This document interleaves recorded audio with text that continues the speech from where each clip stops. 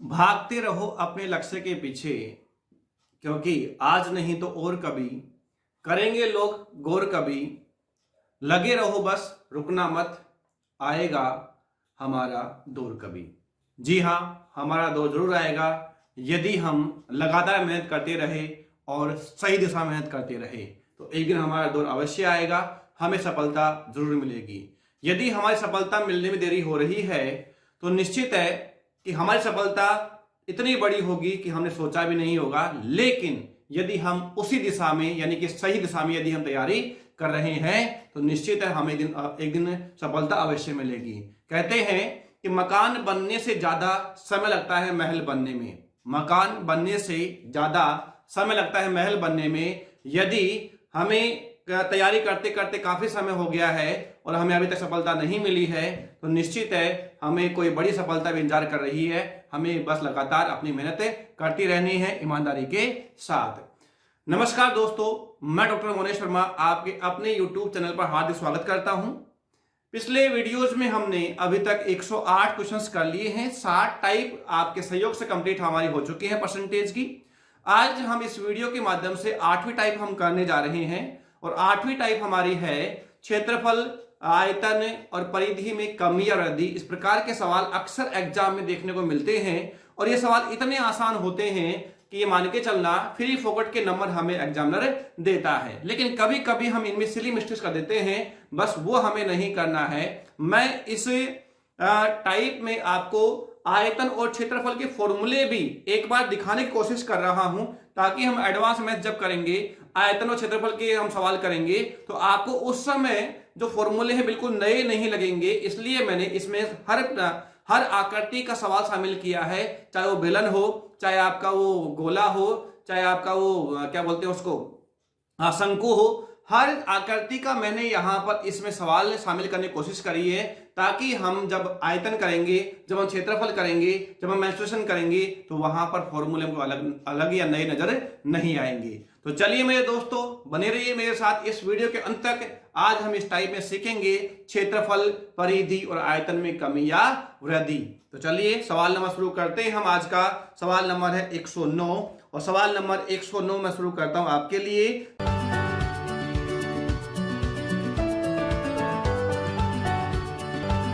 Subscribe now and press the bell icon.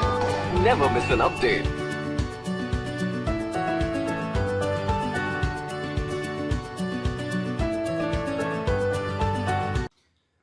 एक आयत की लंबाई व चौड़ाई में 11% की वृद्धि की जाती है तो क्षेत्रफल पर क्या प्रभाव पड़ेगा, इस सवाल में हमसे पूछा जा रहा है। बहुत ही आसान सवाल से इस टाइप की शुरुआत हो रही है, बहुत ही आसान सवाल। इससे पहले मैं आपको एक दो कॉन्सेप्ट आपको मैं क्लियर करना चाहूंगा ताकि आपको आगे दिक्कतें नहीं आए। आप देखिए मेरे दोस्तों, आप देखिए मेरे प्यारे विद्यार्थियों, बने रहिए मेरे साथ। तो देखो 11% की यहां पर क्या कर रहा है, ये वृद्धि कर रहा है। इससे पहले मैं आपको बता रहा हूं एक कॉन्सेप्ट, वो क्या है। जब भी दो चीज में कमी या वृद्धि की जाए, जब भी दो चीज में कमी या वृद्धि की जाए, आप हमेशा रामबाण याद रखना।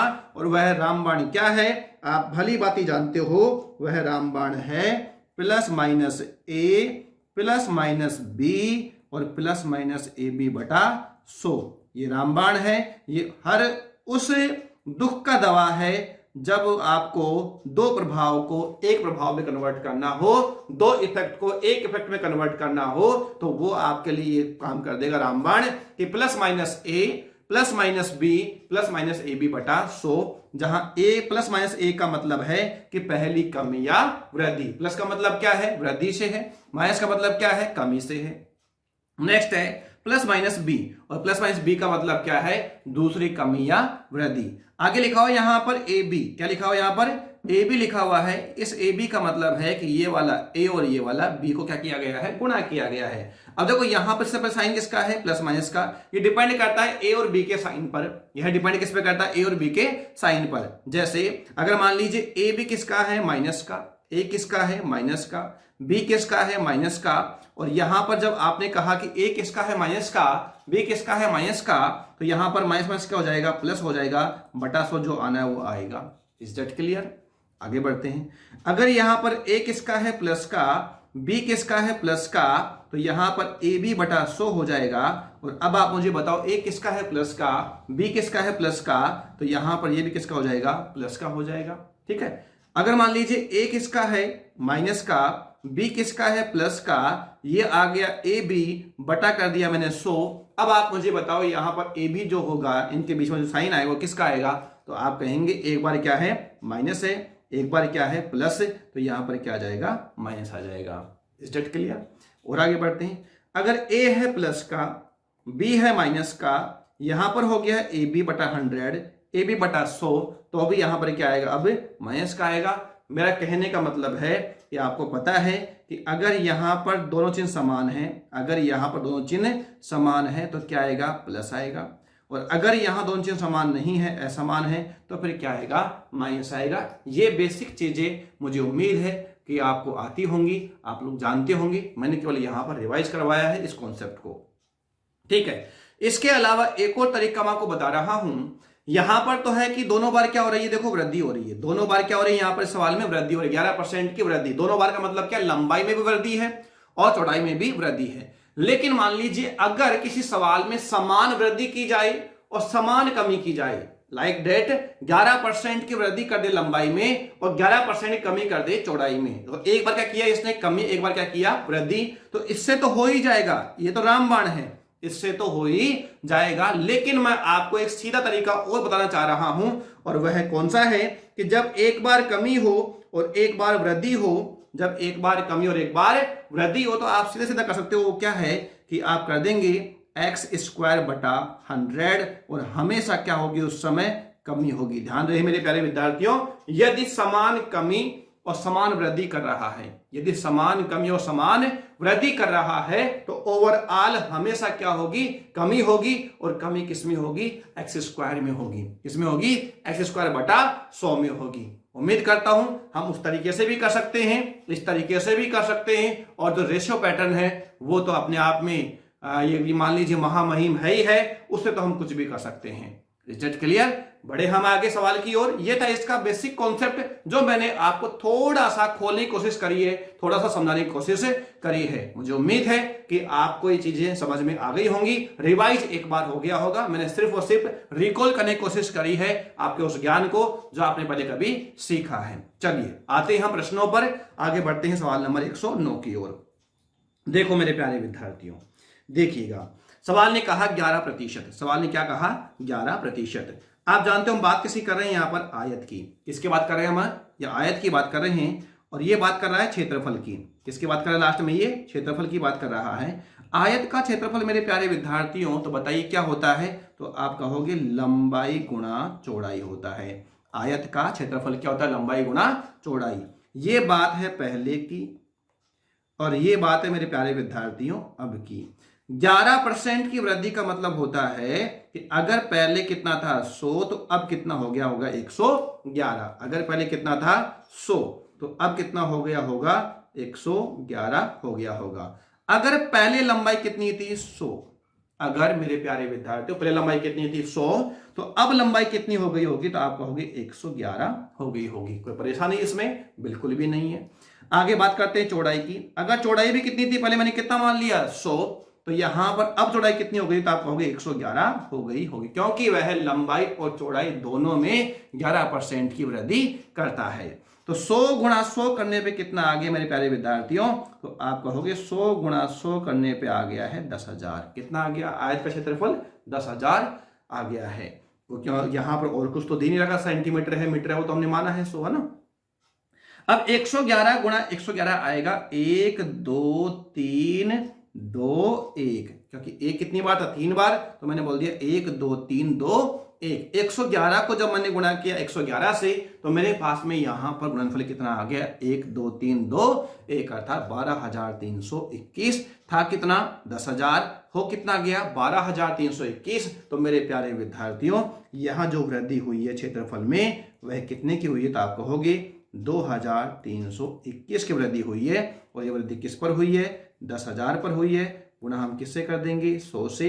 1 2 कट गया, डेट आंसर हमारा 23% to 1%, अर्थात 23.21% हमारा क्या होगा इस सवाल का सही जवाब होगा। उम्मीद करता हूं कि यह तरीका आपको समझ में आ गया होगा, कोई परेशानी इसमें नहीं हो रही होगी। बेसिक सवाल था, बेसिक तरीके से किया, आपको समझ में आ गया। बढ़े हम आगे, चलो ज्यादा समय खराब नहीं करते हुए नेक्स्ट सवाल की ओर। सवाल नंबर देखो 110। यदि आयत की लंबाई 11% की कमी और चौड़ाई में 11% की वृद्धि की जाए तो क्षेत्रफल पर क्या प्रभाव पड़ेगा, यह सवाल में हमसे पूछना चाह रहा है। तो मेरे प्यारे विद्यार्थियों, अभी मैंने कहा कि जब समान कमी और समान वृद्धि हो तो हम रामबाण से भी कर सकते हैं और x²/100 से भी कर सकते हैं। तो पहले मैं आपको बताता हूं कैसे। प्लस माइनस ए plus minus B plus minus AB/100 इससे करते हैं। यहाँ पर 11% क्या बोला है इसने, कमी बोला है, तो पहले क्या आ जाएगा यहाँ पर -11 आ जाएगा। फिर उसने क्या बोला, 11% की वृद्धि बोला है, तो क्या आ जाएगा प्लस का 11 आ जाएगा। अब मैंने कहा था कि जब दोनों चिन्ह क्या हो, समान हो, तो क्या आता है प्लस, असमान होने पर क्या आता है माइनस, तो यहाँ पर क्या आ जाएगा माइनस आ जाएगा।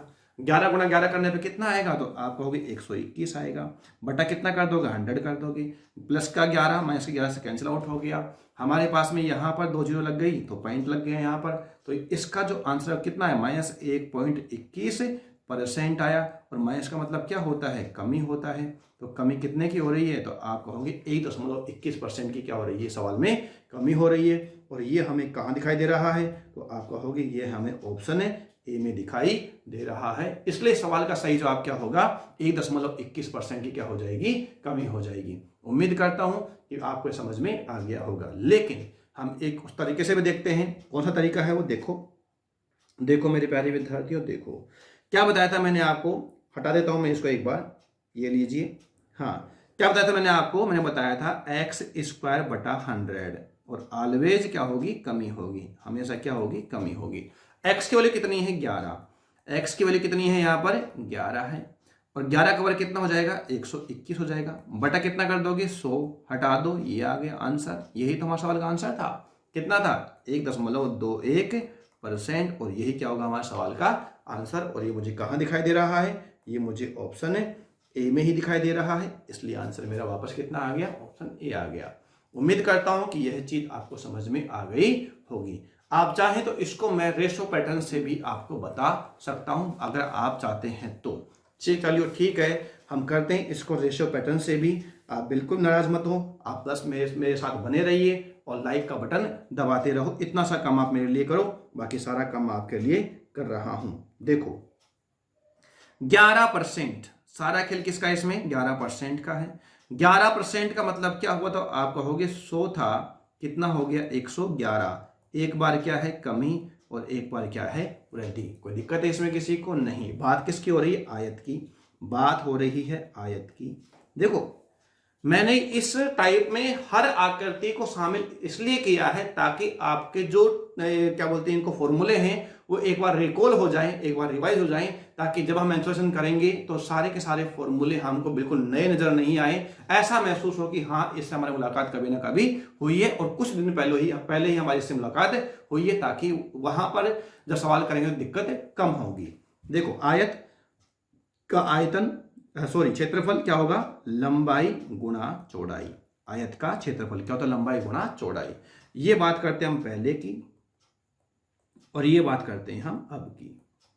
अगर पहले उसकी लंबाई कितनी थी 100, अगर पहले उसकी लंबाई कितनी थी मेरे प्यारे विद्यार्थियों 100, तो आप मुझे बताओ क्या हुआ, यहां पर कमी हुई है, क्या हुआ यहां पर कमी।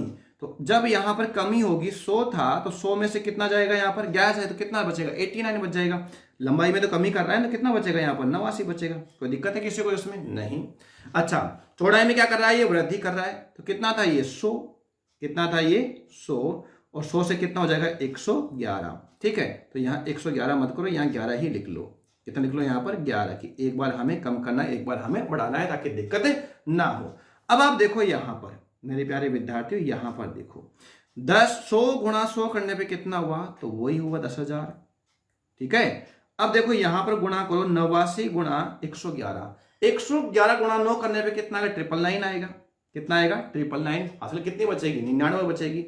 और 111 गुणा 8 करने पे कितना आएगा 888 आएगा। हासिल कितनी बच गई थी 99 बच गई थी। तो ये कितना आ गया है 7, ये कितना आ गया 8, और ये कितना आ गया 9। तो यहाँ कितना आ गया 9,897। कितना आ गया 9,897 आ चुका है। और 9,897 जो है, अब आप मुझे बताओ यहाँ पर जो पहले जो एरिया था इसका वह कितना था 10,000। आप कहीं कितना था पहले एरिया इसका 10,000 था और अब कितना है 9,879 है। तो अब आप मुझे बताओ यहाँ पर जो कमी हो रही है, यहाँ पर जो कमी हो रही है वो कितने की हो रही है? तो आप कहोगे बिल्कुल 121 की हो रही है। कितने की हो रही है? 121 की हो रही है। 121 की कमी किस पर हुई? तो आप कहेंगे 10,000 पर हुई।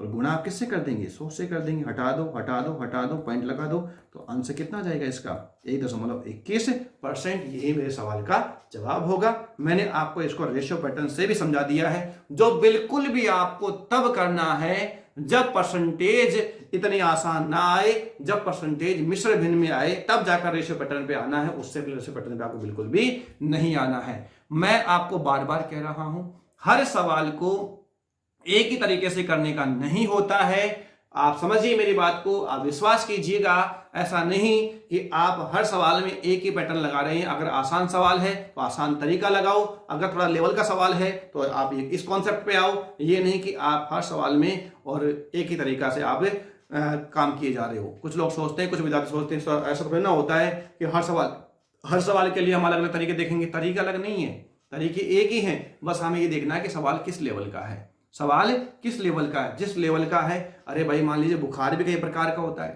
है ना। बोलने को तो बुखार ही है, लेकिन बुखार भी कई प्रकार का होता है। तो उसमें उसी प्रकार के, अगर स्टेज 1 है तो वैसी दवाई दी जाएगी, स्टेज 2 है तो वैसी दवाई दी जाएगी, स्टेज 3 है तो वैसी दवाई दी जाएगी। डिपेंड करता है कि बुखार किस टाइप का है ना। मलेरिया है, डेंगू है या कुछ और है, ये हमें देखना पड़ता है, डॉक्टर को देखना पड़ता है। तो लेकिन उसी तरीके से हमको भी यह देखना पड़ेगा कि सवाल को कौन सी बीमारी हुई है, अभी स्टार्ट ही हुई बीमारी या 2-4 दिन पुरानी बीमारी है, सालों पुरानी बीमारी है। सालों पुरानी बीमारी तो आपको पता है काटने के लिए मेहनत करनी पड़ेगी बहुत ज्यादा, तो बस उसके लिए कुछ अलग इलाज करना पड़ेगा।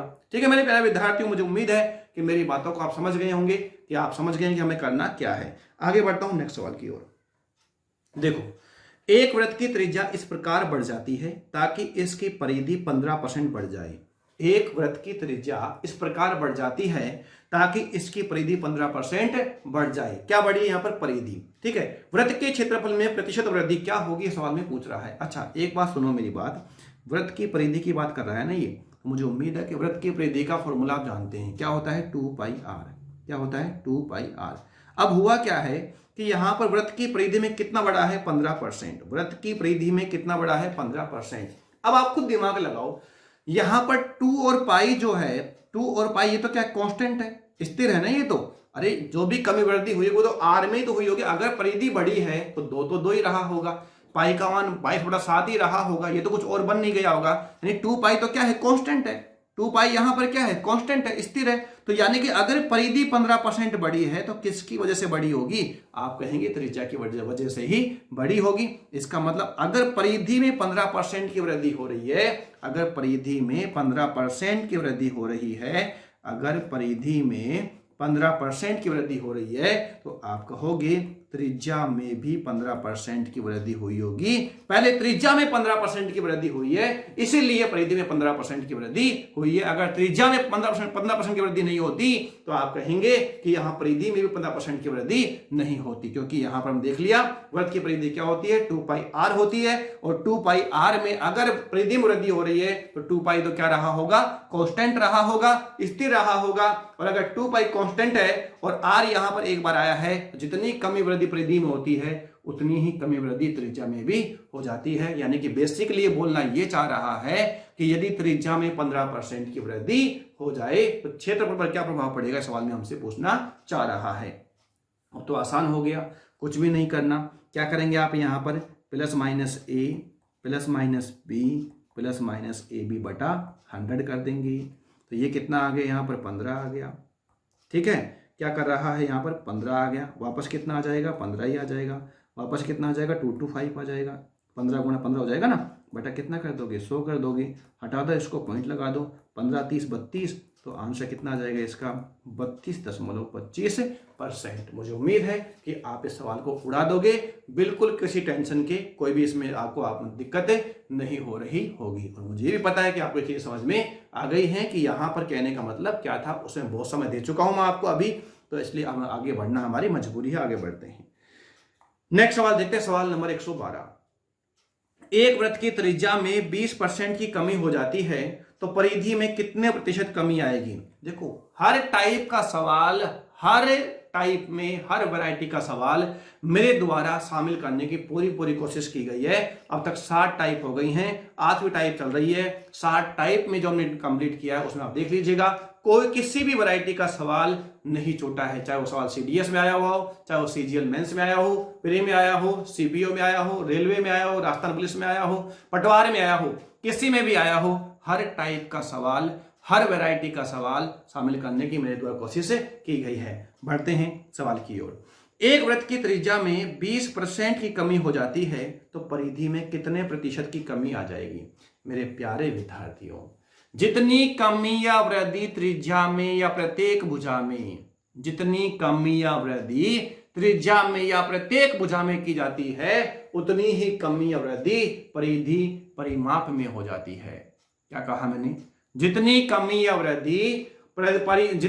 वृद्धि त्रिज्या या प्रत्येक भुजा में की जाती है, उतनी ही कमी या वृद्धि परिधि या परिमाप में भी हो जाती है। क्योंकि यहां बात क्षेत्रफल की नहीं कर रहा है, विद्यार्थी क्या करता है, यहां पर भी रामबाण लगा देता है, क्योंकि वह इतनी गहराई में जाकर नहीं देखता है कि पूछ क्या रहा है। वो तो सोचता है कि जो मैं सोच रहा हूं वो ये पूछ रहा है। नहीं, जो हम सोच रहे हैं वो नहीं पूछ रहा, ये क्या पूछ रहा है, परिधि पूछ रहा है। और जितनी कमी वृद्धि किसमें होती है, प्रत्येक भुजा में या त्रिज्या में होती है, उतनी ही कमी या वृद्धि परिधि या परिमाप में हो जाती है। क्लियर है? तो इसका मतलब अगर 20% की कमी त्रिज्या में कर रहे हो, अगर 20% की कमी त्रिज्या में कर रहे हो तो परिधि में भी 20% की कमी हो गई होगी। तो आप कहेंगे 20% कमी हो जाएगी किसमें, परिधि में, अगर आप त्रिज्या में 20% की कमी कर रहे हो तो। ठीक है मेरे प्यारे विद्यार्थियों, तो इसमें दरअसल बताने का था ही नहीं। ठीक है, आप इतना सा लिख सकते हो जो मैंने बोला है कि जितनी कमी या वृद्धि, जितनी कमी या वृद्धि प्रत्येक भुजा में या त्रिज्या में की जाती है, उतनी ही कमी या वृद्धि परिधि या परिमाप में भी हो जाती है। ये बात आपके नोट्स में आप लिख सकते हो, जैसे मैंने यहां पर आपके लिए समय देकर लिखा है। ठीक है, बढ़े हम आगे नेक्स्ट सवाल की ओर। बहुत ही अच्छा सवाल आपके लिए शामिल किया गया है। एक आयताकार डिब्बे की आरंभिक चौड़ाई 20 सेंटीमीटर है। एक आयताकार डिब्बे की आरंभिक चौड़ाई कितनी है भाई साहब? 20 सेंटीमीटर। इस डिब्बे को दोबारा इस प्रकार बनाया गया कि इसकी लंबाई 30% बढ़ गई। मतलब दोबारा से बनाया गया है तो उसमें क्या हुआ कि जो उसकी लंबाई वो 30% बढ़ गई, परंतु चौड़ाई 20% कम हो गई। चौड़ाई क्या हो गई? 20% कम हो गई। और क्षेत्रफल में 100 वर्ग सेंटीमीटर की वृद्धि हो गई। डिब्बे का नया क्षेत्रफल क्या है? मेरे प्यारे विद्यार्थियों, आप बिल्कुल भी चिंता ना करें, जब तक मैं आपके साथ में हूं चिंता करने की कोई बात नहीं है। क्या बात कर रहा है? आयत की बात कर रहा है। किसकी बात कर रहा है? आयत की। आयत का क्षेत्रफल क्या होता है मेरे प्यारे विद्यार्थियों? तो आप कहोगे लंबाई गुणा चौड़ाई। क्या कहोगे आप? लंबाई गुणा चौड़ाई। अच्छा, यहां बात कर लेते हैं हम पहले की, और यहां बात कर लेते हैं अब की। और इससे पहले एक काम और कर लेते हैं कि ये जो 30% है इसको भी मैं आपको दिखा देता हूं क्या चीज है। तो आप कहोगे ये 3/10 है, और क्या है? बढ़ गई तो निशान कहाँ जाएगा? ऊपर जाएगा। Is that clear? अच्छा, उसके बाद में ये कितना है? 20%। इसकी जानकारी भी आपकी है, कितनी है? 1/5 है। ये तो 1/5 है, और कम है तो निशान कहाँ जाएगा? नीचे की ओर जाएगा। Is that clear? तो इनसे मुलाकात मैंने आपकी करवा दी है, तो अब आप इनको जानना, इनको भूलना मत। देखो लंबाई क्या है? लंबाई पहले कितनी थी? यहाँ पर 10। लंबाई पहले कितनी थी? 10। अब कितनी हो गई? 13। 3 बढ़ गए तो कितनी होगी? 13। आगे बढ़ते हैं। यहाँ चौड़ाई पहले कितनी थी? 5। चौड़ाई पहले कितनी थी? 5। तो अब कितनी रह गई है? 4।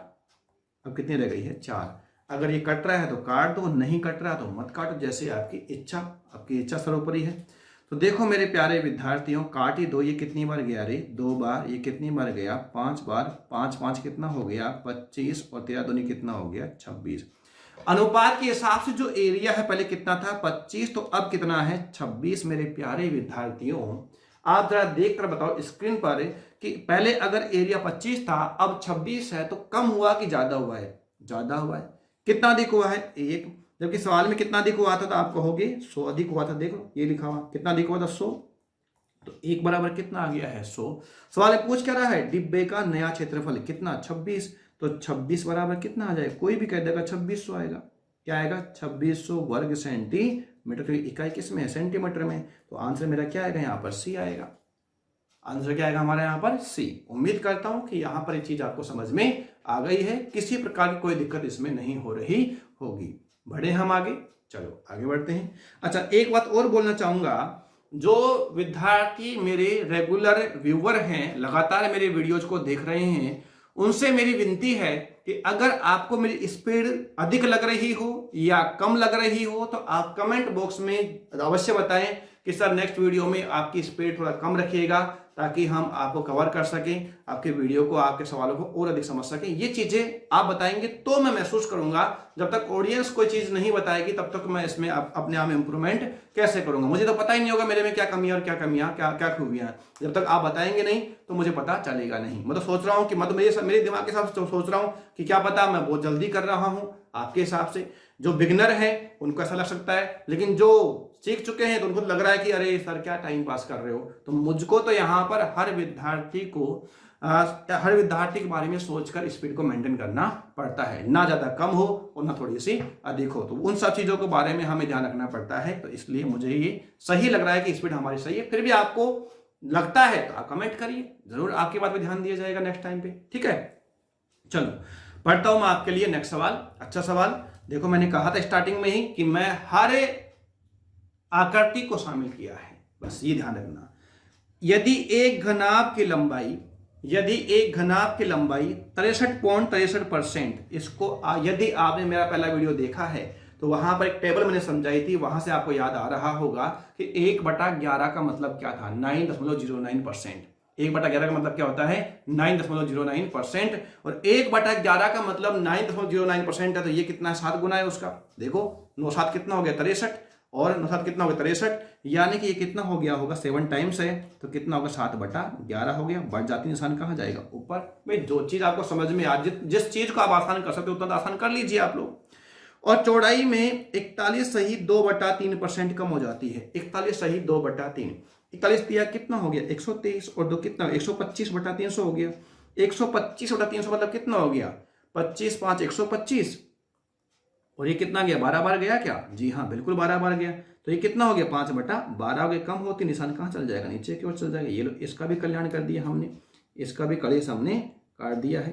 5/12 हो गया। ये लो मेरे प्यारे विद्यार्थी, थोड़ा सा पेन खराब है। तो ऊंचाई कितने प्रतिशत बदलनी चाहिए कि आयतन अपरिवर्तित रहे? आयतन क्या रहे? अपरिवर्तित रहे। कोई टेंशन की बात नहीं है, बिल्कुल भी टेंशन की बात नहीं है। आप देखो, सबसे पहले घनाभ का आयतन देखो। घनाभ का आयतन क्या होता है? अभी के लिए LBH होता है। बताऊंगा मैं जब पढ़ाऊंगा मेंसुरेशन वॉल्यूम पढ़ाऊंगा, बताऊंगा कि घनाभ का आयतन LBH हुआ तो क्यों हुआ। हम इस पर ध्यान देंगे कि यहां पर घनाभ का आयतन LBH ही क्यों हुआ, उसके भी हम बताएंगे। जनरेट कहां से हुआ फॉर्मूला, वो भी हम देखेंगे जब हम पढ़ेंगे मेंसुरेशन का पार्ट वॉल्यूम। ठीक है, तो LBH अभी के लिए ठीक है, परसेंटेज के हिसाब से सोच रहे हैं तो LBH हमको याद होना चाहिए। घनाभ का आयतन कितना है? LBH होता है। अब यहां पर कहा गया है LBH की ये बात कर रहा है, तो L1 B1 और H1 is equal to L2 B2 और H2। ये समझ गए होंगे। L1 B1 H1, L2 B2 और H2 का मतलब क्या? 2 और 1 का मतलब क्या है? पहला घनाभ था वो, और बाद में जब परिवर्तन करने के बाद घनाभ आया वो। अच्छा, यहां पर क्या बोल रहा है? लंबाई में वृद्धि करता है। पहले लंबाई कितनी थी? 11, अब कितनी हो गई? 18। कोई दिक्कत किसी को परेशानी इसमें नहीं। अच्छा, अब बात करते हैं वृत्त की चौड़ाई की। चौड़ाई कितनी कम हुई? 5/12। पहले कितनी थी? 12, तो अब कितनी रह गई? 7। यहाँ H1 और यहाँ H2। H2 गुणा कर देंगे H2 से। अब देखो मेरे प्यारे विद्यार्थियों, H1 इधर लिया हो इसको तो क्या हो गया, H2 इज इक्वल टू 18 गुणा आ गया 7 और ये आ गया 11 गुणा 12। कोई दिक्कत है किसी को इसमें? जी नहीं। 6 से काट दो जी, 6 तिया 12 और 6 दूनी 12, 6 तिया 18 और 6 दूनी 12, 7 तिया 21, 11 दूनी 22। अगर H1 पहले कितनी थी 21, तो अब कितनी हो गई है 22। आप मुझे बताइए कितनी बढ़ गई है? 1। किससे? 21 से। गुणा किससे कर दोगे? 100 से। तो भाई साहब 100 बटा 21 करने पर हम कहेंगे 21 चौक कितना हो गया है 84, 21 5 तो 105, 21 चौक 84। तो आंसर ना तो हमारा ये है ना आंसर हमारा ये है। अच्छा, करने की जरूरत नहीं, पूरा हम क्यों करेंगे जब पता है वृद्धि है। तो ये भी आंसर नहीं है हमारा, तो कमी है ना, ये क्या है? कमी। तो हमारा आंसर क्या आ जाएगा? 4.76% की क्या हुई है? वृद्धि हुई है। मैं आगे क्यों करूं? क्या मतलब है जब मेरे को यहाँ पर मिल चुका है कि ना आंसर ये है, ना आंसर ये है, ना आंसर ये, तो आंसर तो हमारा यही था और वैसे ही 4 मैच कर गए यहाँ पर। ठीक है मेरे प्यारे विद्यार्थियों, तो इस तरीके से आप कर सकते हो। फिलहाल के लिए हमें यह देखना था कि घनाभ का आयतन क्या होता है? LBH होता है। क्लियर है? आगे बढ़ो, देखते हैं नेक्स्ट सवाल की ओर। समझ में आ रहा होगा आपको ना। एक सिलेंडर बेलन की त्रिज्या 120% बढ़ जाती है और इसकी ऊंचाई 40% तक कम हो जाती है। इसकी आयतन में प्रतिशत वृद्धि क्या है? यह सवाल में हमसे पूछ रहा है। तो मेरे प्यारे विद्यार्थियों, पहले हमें देखना पड़ेगा कि सिलेंडर यानी बेलन का आयतन क्या होता है। तो आप कहेंगे बेलन का जो आयतन होता है वो होता है πr²h। बेलन का आयतन क्या होता है? πr²h। अभी के लिए इतना बहुत है क्योंकि हम परसेंटेज पढ़ रहे हैं, आयतन नहीं पढ़ रहे हैं कि मैं आपको इसमें यहाँ खोल के बताऊं कि ये πr² कैसे बना, क्या इसकी कहानी है। वो हम बात करेंगे, जरूर बात करेंगे, बिल्कुल। लेकिन वो बात करेंगे अपन कहां पर? जब आपको पढ़ाया जाएगा मेंसुरेशन, तो वहां पर इसके बारे में डिस्कस करेंगे किस तरीके से फॉर्मूले बनाए जाते हैं। फिलहाल के लिए हम यहाँ परसेंटेज की बात कर रहे हैं, इसलिए हमें ध्यान होना चाहिए कि बेलन का आयतन क्या होता है? πr²h होता है। तो देखो मेरे प्यारे विद्यार्थियों, πr²h और πr²h2 कर देंगे, यहाँ r1 और h1 लगा दो। देखो 120% बढ़ जाने का मतलब क्या होता है भाई? तो आप कहोगे 120 बटा 100 यानी कितना हो गया? 6/5 बढ़ गया। कितना बढ़ गया? 6/5 बढ़ गया है। और 40% कम होने का मतलब क्या है मेरे भाइयों? तो आप कहोगे 2/5 क्या हो गया है? कम हो गया है। कोई दिक्कत है इसमें किसी को? नहीं जी। पाई तो कांस्टेंट है, कोई मतलब का नहीं है, पाई तो स्थिर है ना, दोनों में ये बराबर रहेगा। ये तो r² कितना है? तो आप कहोगे कि अगर पहले r कितना थी 5, अगर पहले r कितनी थी 5, 5 क्या हो जाएगा यहाँ पर? स्क्वायर हो जाएगा। कितनी बढ़ गई? 6, तो कितनी हो गई? 11, 11 का स्क्वायर हो गया। ठीक है, उसके बाद बात करते हैं हाइट की, ऊंचाई की। यहाँ कितनी है? 5, यहाँ कितनी है? 5, तो यहाँ कितनी रह जाएगी? 3 रह जाएगी। कितनी रह जाएगी? 3। तो ये तो कितना हो गया? 125 हो गया, 125 हो गया। और ये कितना हो गया? 11 का कितना होता है? 121 गुणा करो 3 से तो कितना हो जाएगा? 363 हो जाएगा, 363 हो जाएगा, 363। तो यहाँ कम कितना हुआ है? तो आप कहोगे कि 13 में से 5 गया तो कितना बच गया है? 8। और यहाँ कितना है? 5 में से 2 गया, कितना बच गया है? 3। और यहाँ 3 में से 1 गया, कितना बच गया है? 2। तो यहाँ पर वृद्धि कितने की हुई? 238 की हुई है। किस पर हुआ है? 125 पर हुआ है। गुणा आप किससे कर दोगे? 100 से कर दोगे। 25 चौक और 25 5। अब आपको पता है मैं गुणा किससे कर दूंगा? 2 से। गुणा किससे कर दूंगा? 2 से, क्योंकि 5 का भाग लगाने के बजाय 10 का भाग लगाना आसान है। तो अब मैं गुणा किससे कर दूंगा? इससे 8 से कर दूंगा। 8 8 कितना हो गया? 64 हो गया। इकाई मुझे कितना चाहिए? 4 चाहिए। 4 कहाँ पर है? 2 जगह है, मुझे पूरा करना पड़ेगा। तो यहाँ पर कितना आ गया? 8 8 64 आ गया। कितना बच गया यहाँ पर? 6 बच गया। 8 या 24 और 6 कितना आ गया? 30। अभी भी मेरे पास में यहाँ पर आंसर अभी भी ज्यादा है ना? कितना आ गया? ये 30। कितना बच गया? 3। 8 या 24, 8 या कितना आ गया है यहाँ पर? देखो 8 8 64 हो गया। कितना बच गया था? 6। 8 या कितना आ गया? 24 और 6 कितना हो गया? 30। कितना बच गया? 3। 8 दूनी 16 और 3 कितना हो गया? 19। तो मेरे पास में कितना आ गया? 190.4। कितना आ गया? 190.4% की क्या हुई है? वृद्धि हुई है। और ये मुझे कहाँ दिखाई दे रहा है? तो आप कहोगे कि यह मुझे ऑप्शन है सी में दिखाई दे रहा है, इसलिए इसका आंसर क्या आएगा? ऑप्शन है सी आएगा। तो चलिए आगे बढ़ते हैं हम नेक्स्ट सवाल की ओर। आगे समझ में आपको ये? चलो, हर टाइप का सवाल लिया जा रहा है, हर टाइप का, हर आकृति का सवाल, कहीं से कुछ रहेगा ही नहीं। एक बेलन की त्रिज्या में 20% की कमी की जाती है। 20% का मतलब होता है 1/5। 1/5, सिंपल सी बात। तब तो उसकी ऊंचाई में कितने प्रतिशत का वृद्धि करनी चाहिए ताकि बेलन का आयतन समान रहे, ताकि बेलन का आयतन क्या रहे, समान रहे। आप मुझे बताइए बेलन का आयतन अभी हमने क्या देखा था, तो आप कहोगे बेलन का आयतन होता है पाई r स्क्वायर h, यही होता है। और यहां पर भी क्या है, पाई r स्क्वायर h। यहाँ 1 लिख दो और यहाँ 2 लिख दो। पाई क्या है, कांस्टेंट है। अब यहाँ कितनी थी, यहाँ पर बोलोगे 5 था, तो 5 का कितना हो गया, स्क्वायर हो गया, ये h हो गया, ठीक है। अब यहाँ पर क्या है, तो एक कम हो गया, तो कितना हो गया, 4 क्या कर दोगे, वर्ग कर दोगे, और यहाँ क्या हो जाएगा, h2 हो जाएगा। अब आपको पता है ये कितना है, 25h1 है, क्लियर है, और ये कितना है, 16h2 है। तो h1 कितना है, 16, और h2 कितना है, 25। तो कितना बढ़ गया, तो आप कहोगे कि 9 बढ़ गया। किस पर बढ़ गया, 16 पर। गुणा किससे कर दोगे आप, 100 से, ठीक है। तो आप काटना चाहो तो काट दो, कितनी बार गया, 4 बार गया, कितनी बार गया, 25 बार गया, ठीक है। तो 25 नाम कितना हो गया, 225 हो गया, बटा किससे कर दोगे आप, 4 से। तो ये कितना हो गया आपका, ये 7 चौके 6 चौक कितना, 5 चौक कितना हो गया, 20, और कितना बच गया आपके पास में यहाँ पर, तो यहाँ 6 चौक कितना हो गया, 24। तो आंसर कितना आ जाएगा मेरे पास में, 56.25%। यही मेरे सवाल का क्या होगा, जवाब होगा। क्लियर है, बढ़े हम आगे, देखो नेक्स्ट सवाल की ओर। नेक्स्ट सवाल क्या कहता है, नेक्स्ट सवाल कह रहा है एक गोले के व्यास को 140% अधिक कर दिया गया है तो उसका आयतन कितने प्रतिशत बढ़ जाएगा, ये सवाल में हमसे पूछना चाह रहा है। तो आइए मेरे प्यारे विद्यार्थियों देखते हैं इस सवाल को भी। गोले के व्यास को अगर व्यास में 140% की इंक्रीमेंट कर रहा है, इंक्रीज कर रहा है, तो ये त्रिज्या में भी इतना ही होगा। सिंपल सी बात है, जितना कमी वृद्धि व्यास में होगा उतनी कमी वृद्धि किस में होगी, त्रिज्या में होगी, ठीक है। 140% का मतलब हो गया कि 140 बटा कितना कर दोगे आप, 100 कर दोगे, यानी कितना हो गया, ये 7/5 हो गया, 7/5 हो गया। अब देखते हैं गोले का बात कर रहा है, तो गोले का आयतन की बात कर रहा है, तो आयतन क्या होता है भाई साहब, 4/3 पाई r क्यूब होता है, और ये भी कितना होगा, 4/3 पाई r क्यूब होता है।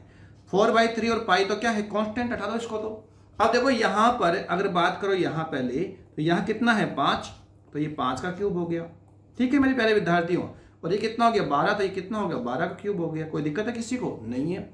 5 का क्यूब कितना होता है, 125, आपको 125 होता है। 12 का क्यूब कितना होता है, 1728, तो यहाँ कितना होगा, 1728 होगा, ठीक है। तो 125 था, कितना हो गया, 1728 हो गया। तो आप मुझे बताओ यहाँ कितना रह गया है, 1603 रह गया है, कितना, 1603 अधिक हो गया है। अधिक किस पर हुआ है, 125 पर हुआ है। गुणा आप किससे कर दोगे, 100 से कर दोगे।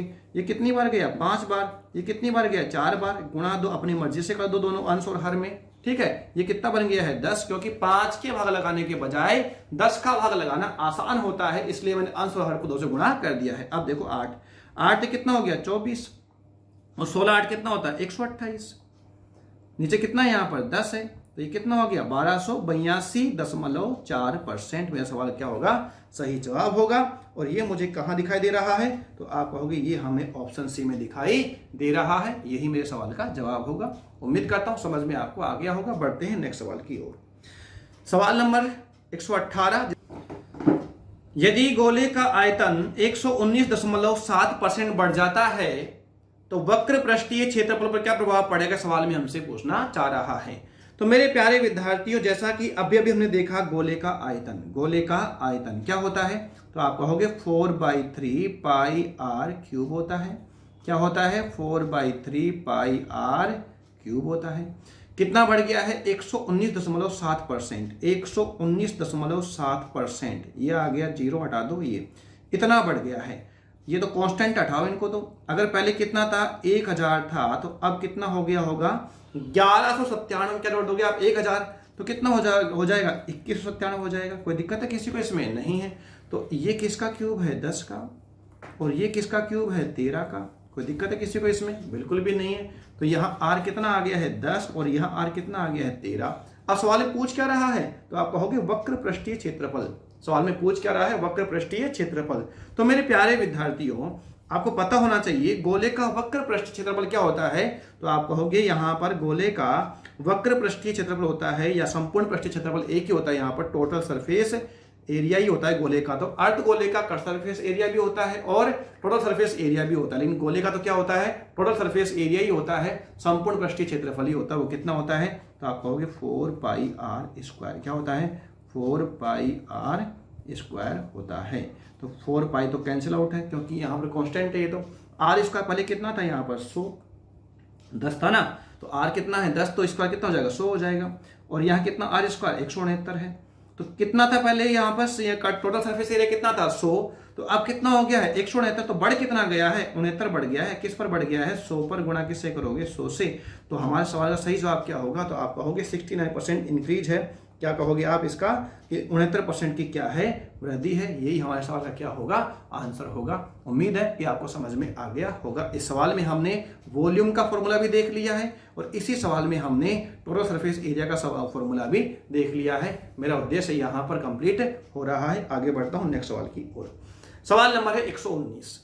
एक बेलन का आयतन 43% बढ़ जाता है। एक बेलन का आयतन कितना बढ़ गया है, 43%, जबकि इसकी ऊंचाई को 15/5/13% कम कर दिया जाता है। तो बेलन के वक्र पृष्ठीय क्षेत्रफल पर कितने प्रतिशत वृद्धि होगी, सवाल में आपसे पूछना चाह रहा है। देखो मेरे प्यारे विद्यार्थियों, आयतन कितना बढ़ गया है 43%। आयतन कितना बढ़ गया है 43%, जबकि इसकी ऊंचाई जो है वो क्या किया गया है 15/5/13% कम कर दिया जाता है। तो बेलन के वक्र पृष्ठीय क्षेत्रफल पर क्या प्रभाव पड़ेगा, सवाल में हमसे पूछना चाह रहा है।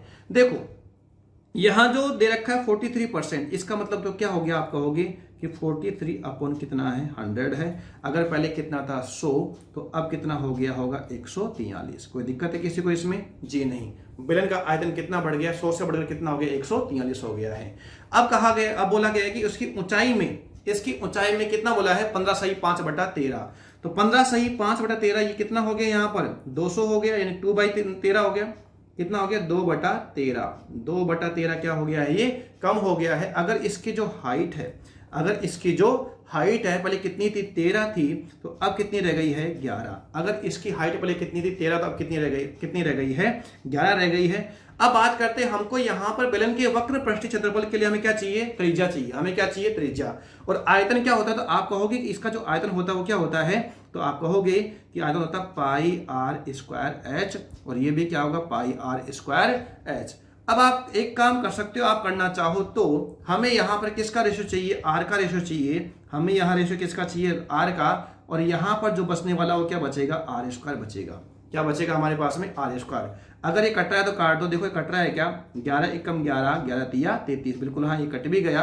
तो यहां पर कितना आ गया, ये 100, और यहां पर कितना आ गया 169। कोई दिक्कत है। और ये जो रेशो है किसका है, r² का है। तो r बराबर कितना आ गया, ये 10, और ये कितना आ गया है 13। उम्मीद करता हूं यहां तक तो किसी को कोई समस्या नहीं रही होगी। दोबारा देख लो एक बार। देखो सबसे पहले कहा आयतन कितना बताया गया है, आपने बताया गया 43% इंक्रीज हो गया। तब 100 था तो कितना हो गया 143 हो गया।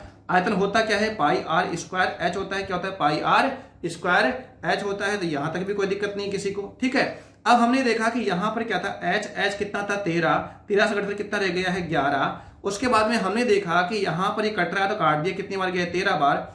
जैसा कि मैंने पहले आपको बताया, पहले आपके वीडियो में बताया है कि इधर करने पर हमारे पास में क्या आ जाएगा, R1 आ जाएगा, इधर क्या आ जाएगा R2 आ जाएगा। ये पहले वाला आ जाएगा और ये अब वाला आ जाएगा। तो 100 तो कब का था, पहले का। r², आपका कितना है 169 है। तो यहाँ पर r क्या निकाले, रेशो निकाले, कितना आ गया 10 और 13 आ गया।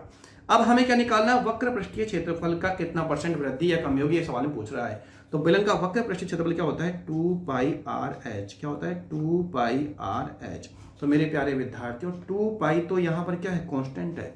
2π क्या है, कांस्टेंट है। अब देखो r कितनी, यहाँ पर 10, और यहाँ पर r कितनी है 13। अब देखो h पहले कितना था, यहाँ पर 13, और यहाँ कितना है 11। तो 13 से 13 तो क्या हो गया, कैंसिल हो गया। तो रेशो कितना आ गया 10:11 आ गया। कितना आ गया 10:11 आ गया।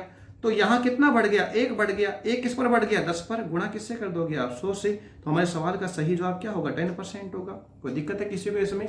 देखो यहाँ पर भी हमने 2 फॉर्मूले देखे हैं। एक देखा है किसका, वॉल्यूम का, और एक देखा हमने किसका, कट सरफेस एरिया का। तो बस यही उद्देश्य था। हर सूत्र को, हर फॉर्मूले को मैंने इसमें शामिल करने की कोशिश की है सवाल के द्वारा। आंसर क्या आएगा हमारा, ऑप्शन सी आएगा। ऑप्शन सी यानी कि 10% आएगा। बढ़े हम आगे नेक्स्ट सवाल की ओर। देखो मेरे प्यारे विद्यार्थियों, सवाल मैनिपुलेशन बेस है, परसेंटेज बेस है, दोनों का मिक्सचर है। तो इसलिए समझने के लिए थोड़ा सा आपको दिमाग अधिक लगाना पड़ेगा। बेसिक सवाल हैं, हालांकि एग्जाम में परसेंटेज में इस लेवल के सवाल तो नहीं आते, लेकिन मैं बार बार कह रहा हूं मेरा उद्देश्य इन सवालों को शामिल करने का एक ही था कि मैं परसेंटेज में ही मैनिपुलेशन के फॉर्मूलों को रूबरू करवा दूं ताकि बाद में आपको दिक्कत ना हो। यदि किसी शंकु, देखो शंकु भी शामिल कर लिया मैंने यहां पर, यदि किसी शंकु की ऊंचाई 6 सही 1/4% घट गई, 6 चौक 24 कितना हो गया 25, और वैसे भी कितना होता है 1/16 होता है, सिंपल सी बात है। 6 सही 1/4 कितना होता है 1/16 ही होता है। वैसे कर लेना आप लोग जैसे आप करते हैं, नहीं तो मेरे हिसाब से कितना 1/16 है उस सारणी के हिसाब से मैंने याद की, आप भी याद करिए। तथा त्रिज्या घटकर 16 सेंटीमीटर हो जाती है। त्रिज्या घटकर कितनी होगी 16 सेंटीमीटर। इसकी बात कहानी बाद में हो सकती है, देखते हैं काम आएगी तो ले लेंगे, नहीं तो उसको छोड़ देंगे। यदि शंकु का आयतन 40% घट गया, शंकु का आयतन कितना घट गया 2/5 घट गया, 40% घट गया है ना, तो कितना घट गया है 2/5, ठीक है। अच्छा, तो नए शंकु की त्रिज्या पुराने शंकु की त्रिज्या से कितना कम है, इस सवाल में हमसे पूछना चाह रहा है। देखो मेरे प्यारे विद्यार्थियों, शंकु का आयतन क्या होता है 1/3 पाई r स्क्वायर h, 1/3 पाई r स्क्वायर h, 1/3 और पाई तो क्या है कैंसिल आउट है, कांस्टेंट हटाओ इसको। तो अब बात करते हैं यहां पर शंकु की ऊंचाई की। शंकु की ऊंचाई पहले, अच्छा पहले कब बात करते थे किसकी, आयतन की। आयतन पहले कितना था 5, तो अब कितना रह गया है 3। अब बात करते हैं, ये तो किसकी है वॉल्यूम की बात है। अब बात करते हैं अपन यहाँ ऊंचाई दे रखा है, तो ऊंचाई की बात कर लेते हैं। ऊंचाई कितना है 16, बाद में कितना रह गया, अब घट गई तो 15 रह गया, कितना रह गया है 15। इसको आप काट दो, कितनी बार गया 5 बार गया। अब बात कर लेते हैं हम किससे, आर स्क्वायर से। आर स्क्वायर है ना यहाँ पे, तो आर स्क्वायर बचा हुआ है, ये आर स्क्वायर बचा हुआ है, तो ये कितना हो गया 25, और ये कितना हो गया है 16, आर स्क्वायर हो गया। तो आर बराबर कितना आ गया 5 और 4 आ गया। अगर पहले त्रिज्या कितनी थी 5, तो अब कितनी रह गई है 4। सवाल में पहले सवाल में क्या बोला गया है 16 रह गई भाई साहब, तो ये 16 है तो कितना गुना है 4 टाइम है, 4 गुना है। तो ये भी कितना टाइम थी 4 टाइम थी, तो कितनी हो गई 20। तो पहले कितनी थी 20, तो अब कितनी है 16, तो कितनी कम हो गई, तो आप कहोगे 4 सेंटीमीटर कम हो गई। तो आंसर हमारा क्या होगा, इसमें ऑप्शन है सी होगा। और मुझे पता है कि आपको सवाल समझ में आ गया होगा। ये जो तरीका मैं आपको बता रहा हूँ, ये किस तरीके से हम कर रहे हैं, ये मैंने आपको पहले बता दिया था। कब बताया था मैंने आपको, जब ये मूल्य में कमी बढ़ दी आई थी, चाय की कमी हुई है, चाय के मूल्य में कमी हुई है, ये मैंने आपको बता दिया था किस तरीके से। वहां पर मैंने बिल्कुल बेसिक तरीके से आपको समझाने का प्रयास किया है। अब देखो वापस उन्हीं चीजों को दोहराऊंगा तो फिर तो ये मतलब कभी समाप्ति नहीं हो पाएगा, ये उन्हीं में अपन घूमते रहेंगे। और जो विद्यार्थियों ने मेरे पूरे वीडियो देखे उनको इरिटेशन होगा, उनको लगा सर क्या फालतू बार बार वो चीज आप बता रहे हो। तो इसलिए जिन लोगों को, जो लोग पहली बार देख रहे हैं, मेरे उन वीडियो को देखो ताकि आपको समझ में आ जाएगा। बढ़ते हैं नेक्स्ट सवाल की ओर। सवाल नंबर है 121, जहां लिखा हुआ है किसी त्रिभुज की प्रत्येक भुजा को आधा कर दिया जाए तो उसके क्षेत्रफल में कितने प्रतिशत कमी हो जाएगी, सवाल में हमसे पूछना चाह रहा है। आधा करने का मतलब क्या होता है 50%, प्रत्येक भुजा को, यानी आधार को भी और ऊंचाई को भी। पहले मुझे बताओ त्रिभुज का क्षेत्रफल क्या होता है, तो आप कहोगे त्रिभुज का क्षेत्रफल होता है 1/2 गुणा आधार गुणा ऊंचाई। ये होता है मेरे प्यारे विद्यार्थियों। 1/2 तो क्या है कांस्टेंट है, कांस्टेंट चीज को साथ में लेके नहीं चलना है जब बात परसेंटेज में कर रहा होता है, उसको तो हटाओ। अच्छा, यहाँ कितना है 1/2 है। अगर पहले आधार कितना था 2, तो अब कितना है 1। अगर पहले ऊंचाई कितनी थी 2, तो अब कितनी है 1, गुणा कर दो बराबर, यहाँ पर निकाल दो एरिया, यहाँ पर निकाल दो एरिया। पहले कितना था 4, तो अब कितना रह गया 1। अगर त्रिभुज का क्षेत्रफल पहले कितना था 4, तो अब कितना रह गया 1, तो कितना कम हो गया 3। 3 कम किस पर हुआ है 4 पर, और गुणा किससे कर दोगे आप 100 से। हमारे सवाल का सही जवाब क्या होगा 70% क्या हो जाएगा, कम हो जाएगा। और ये हमारा आंसर है ऑप्शन ए। आप चाहो तो इसको वैसे भी कर सकते थे, कैसे, तो भाई कितना कम हुआ 50 कम हुआ। दोबारा भी कम कितना होगा 50, क्योंकि जितना इसमें आधार में उतना तो ऊंचाई में हो रहा है, 2 बार हो गया। ये कितना कर दोगे प्लस, कितना कर दोगे 2500 बटा कितना कर दोगे 100। आपको पता है कितना हो गया माइनस का 100, ये कितना है प्लस का 25 बराबर कितना हो जाएगा 75% किसका है माइनस का है। तो हमारा आंसर क्या होगा 75% क्या हो जाएगा, कम हो जाएगा। ठीक है, आगे बढ़ूं मैं नेक्स्ट सवाल की ओर। चलिए आइए मेरे प्यारे विद्यार्थियों आखिरी सवाल की ओर। इस टाइप का आखिरी सवाल है, यदि वर्ग का विकर्ण 45% कम हो जाता है, यदि वर्ग का विकर्ण कितना 45% कम हो जाता है, तो उसके क्षेत्रफल में कमी, तो उसके क्षेत्रफल में प्रतिशत कमी ज्ञात करें, सवाल में हमसे पूछना चाह रहा है। सबसे पहले इसका मतलब बताओ क्या होता है 45% क्या होता है 9/20 नहीं होता, नहीं होता, कितना होता है 9 पंजे 45 और 20 पंजे 100। अच्छा, जब क्या दे रखा हो वर्ग का विकर्ण दे रखा हो, तो वर्ग के विकर्ण से इसका जब हम एरिया निकालते हैं किसका वर्ग का, तो वर्ग का क्षेत्रफल वर्ग का क्षेत्रफल विकर्ण से, तो क्या होता है विकर्ण का स्क्वायर बटा कितना कर दोगे 2, क्या कर दोगे d का स्क्वायर अपॉन 2, और ये भी क्या कर दोगे d का स्क्वायर अपॉन 2, ये कितना 1 और ये कितना, ठीक है 2 तो यहाँ पर भी है 2, यहाँ पे कांस्टेंट चीजों को छोड़ो कोई मतलब के नहीं रह जाते। पहले कितना था 20, तो ये 20 का वर्ग कर दो यहाँ पर, ये 9 कम करने पे कितना 11 का वर्ग कर दो यहाँ पर, ठीक है ये कितना हो गया है 400, ये कितना हो गया है 121। तो यहाँ पर आप देखो 400 में से गया 121, तो आप कहो इस तरीके से कि 400 में से गया 100 तो कितना बच गया 300। अब 300 में से गया 21 तो कितना हो गया 279, ठीक है ये किससे 400 से हुआ, और गुणा किससे कर दोगे आप 100 से, 0 हटा दो, ये काट दो, 6 चौक कितना हो गया है 24, कितना बच गया है यहाँ पर 3 बचने पर कितना हुआ ये 8 चौक 32, 9 चौक 36 हो गया। 69 के साथ में कौन सा ऑप्शन है, ये रहा ऑप्शन बी मेरा आंसर है।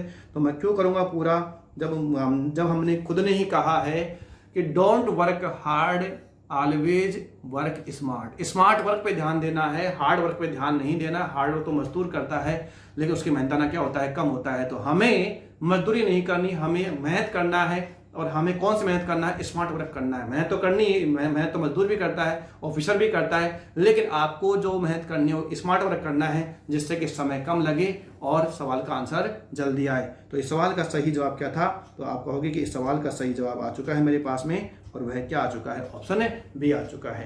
तो ठीक है मेरे प्यारे विद्यार्थियों, इस टाइप में हम इतना रखते हैं। इतना क्या, इतना ही था, और इतना क्या बहुत था, इसको बहुत बड़ा दिया गया मेरे द्वारा।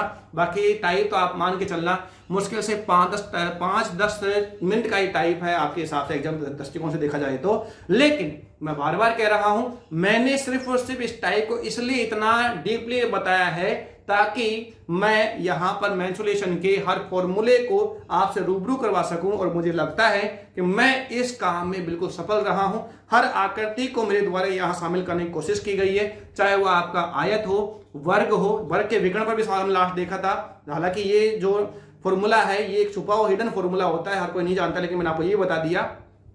शंकु हो गया, बेलन हो गया, गोला हो गया, है ना, और ये सारे के सारे आकृतियां मैंने यहाँ पर, घनाभ हो गया, सारे के सारे जो आकृतियां वो सब हमने कंप्लीट की। आयतन की बात हमने इसमें करी, परिधि की बात हमने इसमें करी, क्षेत्रफल की बात इसमें हमने करी, कट सरफेस एरिया की बात तक हमने इसमें कर ली है। यानी कि जो भी मेंसुरेशन में जो टर्म आएंगे काम आगे, उन सब की बातें हमने यहाँ पर कर ली हैं। तो ठीक है, उम्मीद करता हूं कि यह वीडियो मेरा आपको पसंद आया होगा। जो मेहनत मेरे द्वारा की जा रही है ये आपको पसंद आ रही होगी। अगर स्पीड में कुछ कम और ज्यादा करना हो तो मुझको कमेंट में जरूर बताएं कि आप सर नेक्स्ट वीडियो में स्पीड थोड़ा कम रखें या ज्यादा रखें, या कोई चीज को और डीपली बताना हो तो आप हम मुझे कमेंट बॉक्स में जरूर बताएं कि सर इसको डीपली बताया करें, ताकि जब तक आप मुझे बताएंगे नहीं, जब तक डिमांड होगी नहीं, सप्लाई होने वाली है नहीं। मैं तो ये समझूंगा कि जो मेरे द्वारा आपको पेश किया जा रहा है वो बिल्कुल सही है, उचित है, और आपको सबको फायदा भी इसका मिल रहा है। तो अगर कुछ आपको लगता है तो आप मेरे को बताइए, मैं कोशिश करूंगा उन्हें फील्ड्स में सुधार करने की, इंप्रूवमेंट करने की। तो चलिए मिलते हैं आपसे जल्द ही एक नए टाइप के साथ नए वीडियो में। जैसा कि जल्द का मतलब आपको पता ही है कि मेरा जो वीडियो है वो एक दिन छोड़कर एक दिन आता है। यानी अगर ये वीडियो आज आया है तो नेक्स्ट वीडियो मेरा परसों के दिन अल्टरनेट में आपको मिल जाता है। तो ठीक है, इस वीडियो में इतना रखते हैं, मिलते हैं आपसे जल्द एक वीडियो के साथ। तब तक आप सावधान रहिए, सतर्क रहिए और पढ़ते रहिए। जय हिंद, जय भारत।